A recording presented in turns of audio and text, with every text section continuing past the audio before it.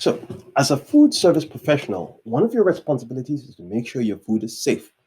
One way to keep your food safe is to test the environment around you to make sure that there's no harmful organisms that can hurt the food and hurt your clients. In this video, we're going to talk about just how you can do that.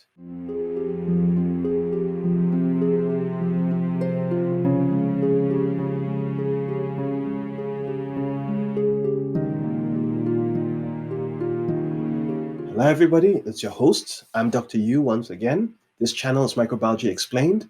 This is part of our food safety series. In today's video, we're going to go into APC testing or aerobic plate counts, and we're going to talk to you about that methodology. In this general series, we talk about the ins and outs of food microbiology. We talk about the good actors. We talk about the bad actors with respect to food. In a past episode, we talked about how people get sick from eating food. Then we focused on, in another episode, an environmental program. An environmental program are a series of policies and steps that every food handling institution should have that protects the environment that they use to produce food. And so here's a question. Part of your policies is to clean the environment. How do you know when your environment is clean?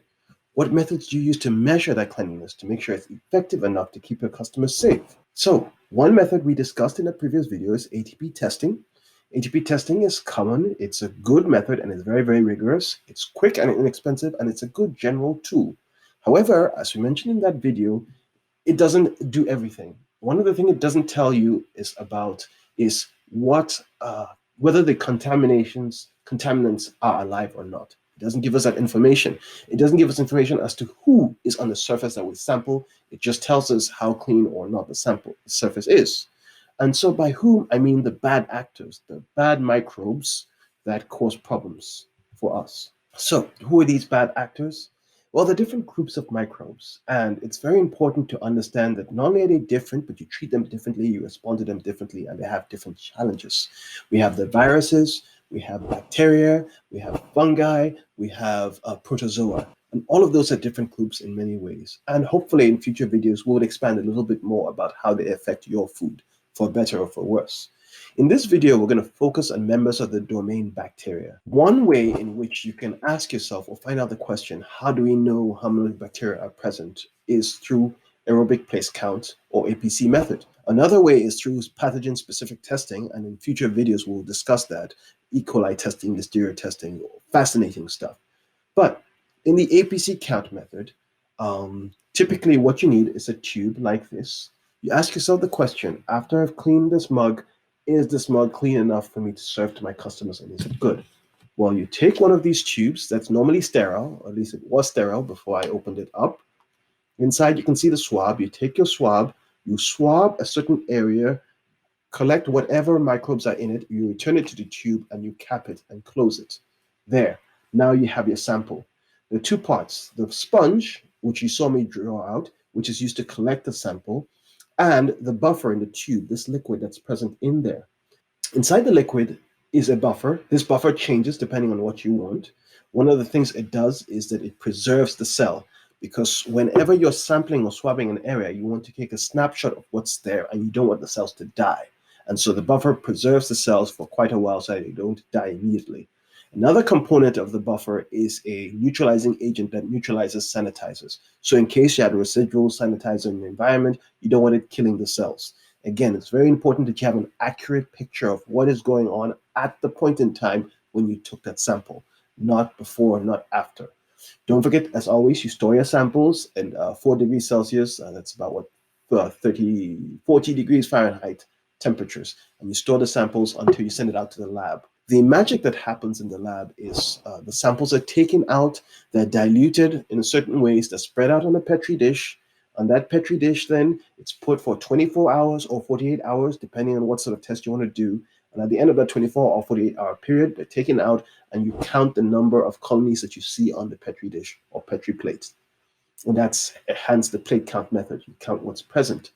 General rule of thumb, 1 colony equals 1 original cell. So the more colonies that you have, the more cells that you are present. Don't be fooled by how simple and straightforward I'm describing it. It actually takes a lot of skill to do this systematically and consistently. And my hat's off to the people in the labs who do this, because it enables us to have a lot of good data. So the results, you count the number of colonies present. Like I said, one colony comes from an original cell. So one original mother bacterial cell landed there and grew up into that big colony, multiplied. The more CFUs you have, the greater the number of CFUs, the dirtier the surface. The less CFUs, the cleaner the surface. And it begins to help you answer the question, what is growing in my kitchen or in your bar or in your restaurant or in your food plant? And how many of those things are present? Here you have a numerical value.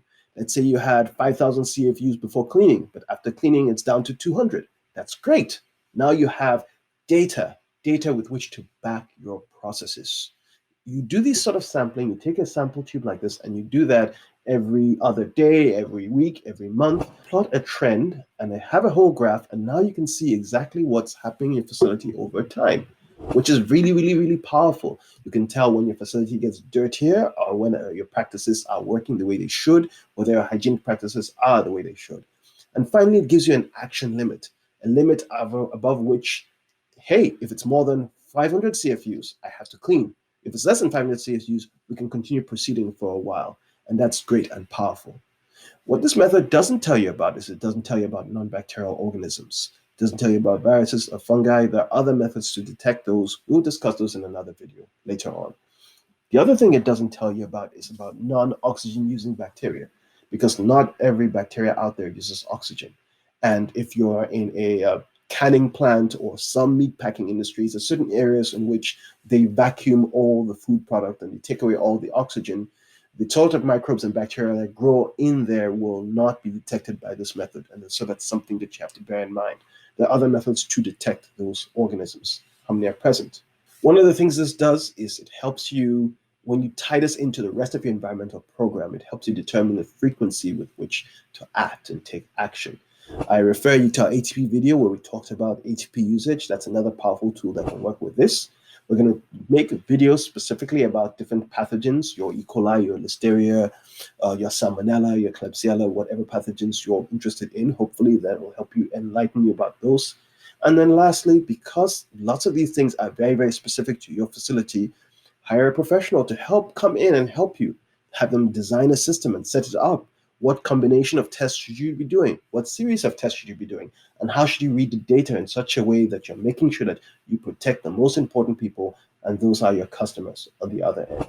So in summary, you need to have the answer to a question, how clean is your food producing environment? And that answer has to be really, really clear and can be scientific with just a little bit of effort on your part.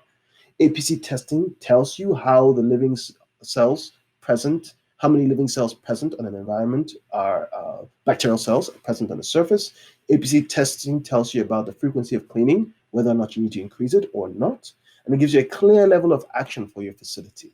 With that summary in mind, I want to say thank you very much for watching this video. As always, you've been a great audience and very attentive. I ask you to like and subscribe and comment below, or dislike if you don't like what we're doing. What do you want to know more about? What parts of food microbiology interest you the most?